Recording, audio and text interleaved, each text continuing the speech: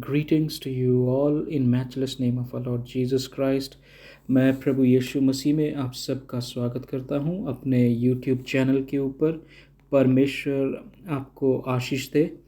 और आज हम लोग एक विषय पे बात कर रहे हैं। Today we are going to talk on the gift of faith.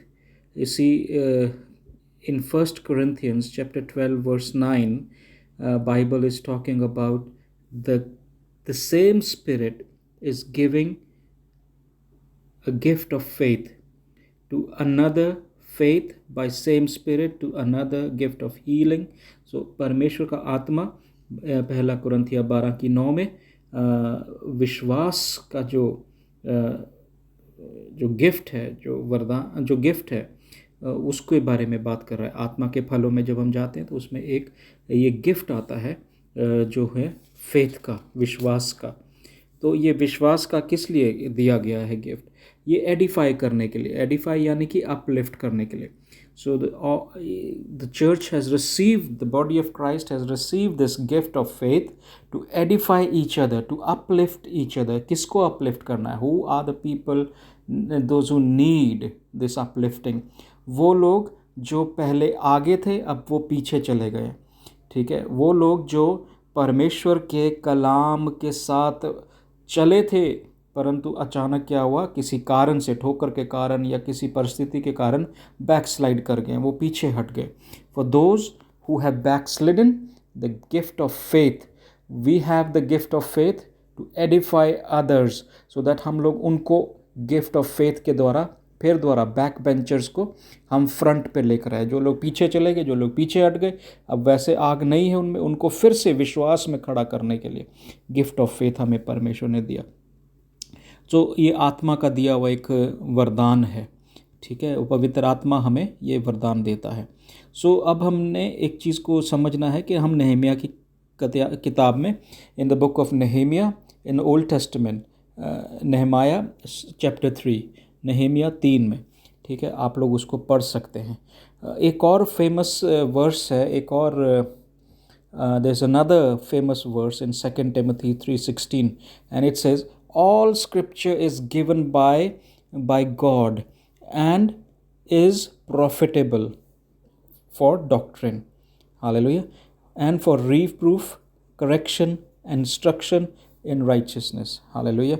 So परमेश्वर का आत्मा ने ही हमें ये वचन दिया है। और ये वचन किस लिए है? रिप्रूफ करने के लिए, चेक करने के लिए, करेक्शन करने के लिए, कोई गलत चल रहा तो उसको सही करने के लिए। तो परमेश्वर ने हमें परमेश्वर की, यीशु मसीह की धार्मिकता में ये काम करने के लिए हमें बोला। सो पौलुस भी इसके बारे में पुराने नियम से कुछ रेफरेंस को उठाता है और फिर वो कुरिन्थ की कलीसिया के साथ ये बात कर रहा है। कुरिन्थ की कलीसिया में ये बात चल रही है। सो व्हाट हैपेंड इज़, वो जो यहूदी थे, जो क्या है, यहूदी लोग जो विल्डरनेस से, जंगल के सफ़र में, मरुभूमि के सफ़र में से निकल रहे हैं, ठीक है। पहला कुरिन्थिया 10 और उसकी 6 से 11 में आप पढ़ सकते हैं। पौलुस वहाँ पर कहता है कि ये एटीट्यूड है, ये पॉइंट ऑफ व्यू है जो लोगों के एक्शन, एक्सोडस के समय में, कूच के समय में, जब वो पलायन कर रहे थे, उस समय में जब उनका वो सफ़र, जंगल का सफ़र चल रहा था, एक्सोडस का जो जनरेशन है, उस किताब में उसके टीचिंग के बारे में जब हमें बताया जाता है कि वहाँ पर they were not, they should have lived a moral life, but वो मॉरल लाइफ नहीं, वो इमॉरलिटी में चल रहे थे, परमेश्वर से बलवा करके चल रहे थे जंगल के सफ़र में भी। आज भी बहुत सारे लोग हैं, वो हम देखते हैं कि बहुत सारे लोग एक बात बोलते हैं, I have an attitude. So attitude क्या है? एटीट्यूड एक पॉइंट ऑफ व्यू है, एक मेंटल वेवलेंथ है जिस पे आप अड़ जाते हैं, जिसमें मैं एक चीज़ को समझता हूँ, एक एटीट्यूड, मेरे में एक एटीट्यूड है, डोंट मेस विद मी, मेरे साथ है। If you have an attitude, I have a greater attitude. अगर तुम्हारे अंदर ये एटीट्यूड है, पॉइंट ऑफ व्यू है, तो मेरा आपके ऊपर ऊंचा एटीट्यूड। ये घमंड का आत्मा है जो परमेश्वर से बलवा करता है। So this is a rebellion spirit. So अब हम देखते हैं कि we do not, if we do, we will experience the negative consequences. अगर हम बलवा करेंगे तो परमेश्वर से बलवा करने वाले कभी कामयाब नहीं होते, ठीक है।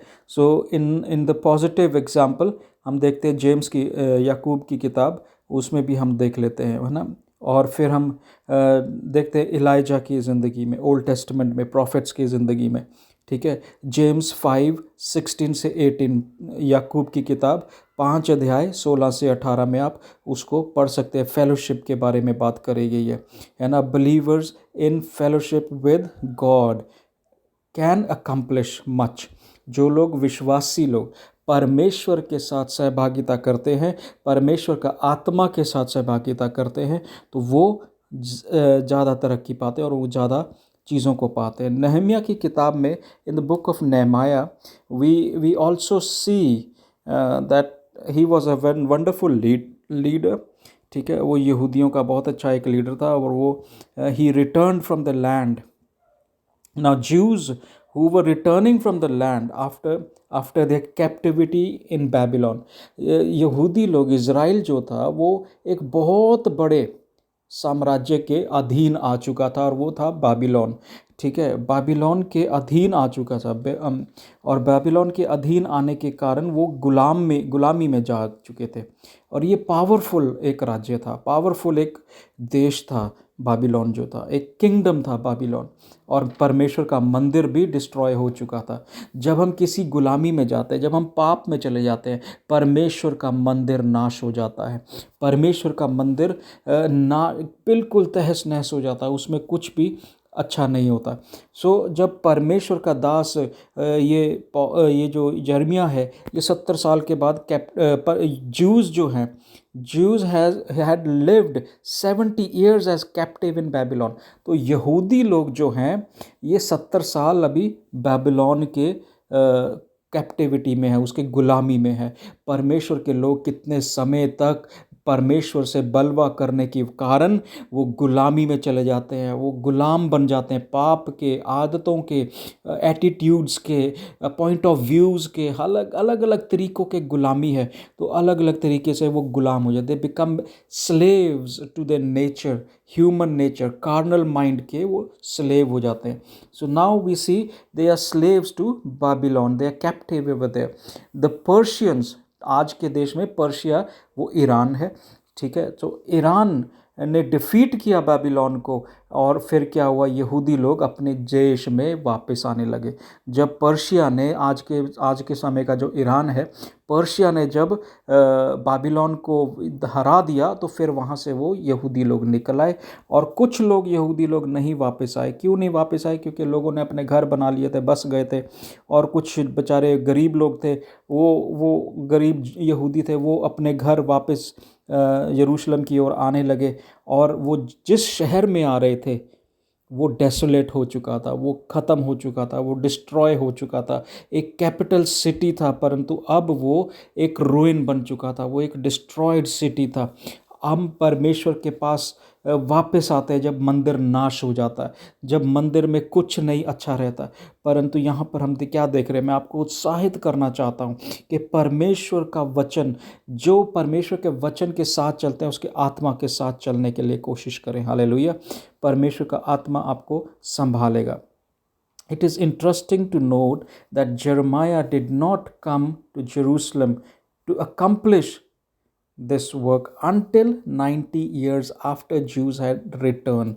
देखो, जब 90 साल के बाद जब यहूदी लोग वापस आ गए, 90 साल के बाद, है ना, एक तो कैप्टिविटी, एक तो गुलामी, और उस गुलामी के बाद बहाल नहीं हो पाए, अपने देश में भी आ गए, परंतु अभी तक प्रभु में आने के बाद भी वो बहाल नहीं हो पाए। क्यों नहीं हो पाए? बिकॉज उनको छुड़ाने वाला वो नहम्याह जो है अभी तक नहीं है। 90 साल के बाद वो आता है। Jews had return to the land, no doubt Jews had other more purposes.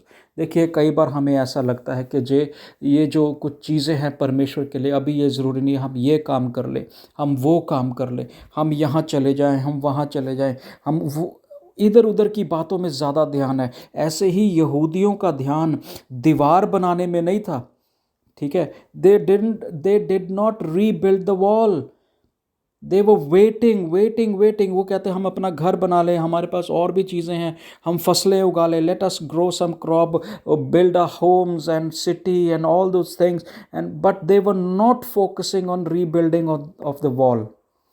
दीवार, जो 2 मील लंबी दीवार खड़ी करनी थी, उस दीवार को नहीं, उसको उन्होंने लो प्रायोरिटी में रखा। हम लोग कई बार क्या करते हैं, विश्वासी लोग, प्रभु के लोग क्या करते हैं, वो जो चीज़ प्रभु में ज़रूरी करना है उसको आखिरी रखते हैं लिस्ट में, और फिर उसके बाद क्या करते हैं, जो चीज़ गैर ज़रूरी चीज़ें हैं, the things that are not important for the kingdom of God, वो काम वो करना शुरू करते हैं। और जो मोस्ट इम्पॉर्टेंट काम है परमेश्वर की नज़र में, उसको आग लिस्ट में आखिरी रखते हैं। तो परमेश्वर का वचन हमें बताता है कि this was the discouragement in the group of this people. तो इन लोगों के बीच में क्या हो गया, ये एक निराशा का कारण बन गया। हालेलुया। जब ये निराशा इनको घेरने लगी तो ये सब लोग निराश हो गए। एंड गॉड सेड कि जब तक तुम दीवार नहीं बनाओगे तब तक मसीहा को यरूशलेम में आते हुए नहीं देखोगे। हालेलुया। सो परमेश्वर का वचन में दानियल 9:25 को पढ़ के देखें तो परमेश्वर आपको और क्लियरिटी मिलेगी। तो नेक्स्ट जो मैं ये लाइव बनाऊंगा, जब नेक्स्ट जो मैं रिकॉर्डिंग करूंगा, हम इसको आगे फिर कंटिन्यू करेंगे। May God bless you. हमारे यूट्यूब चैनल को सब्सक्राइब करें, फेसबुक पे जाएं, क्रिश्चियन मेंटर पेज है, क्रिश्चियन मेंटर यूट्यूब चैनल है, हमको विजिट करें, हमारे मैसेजेस को सुने, शेयर करें, लाइक करें, सब्सक्राइब करें। May God bless you.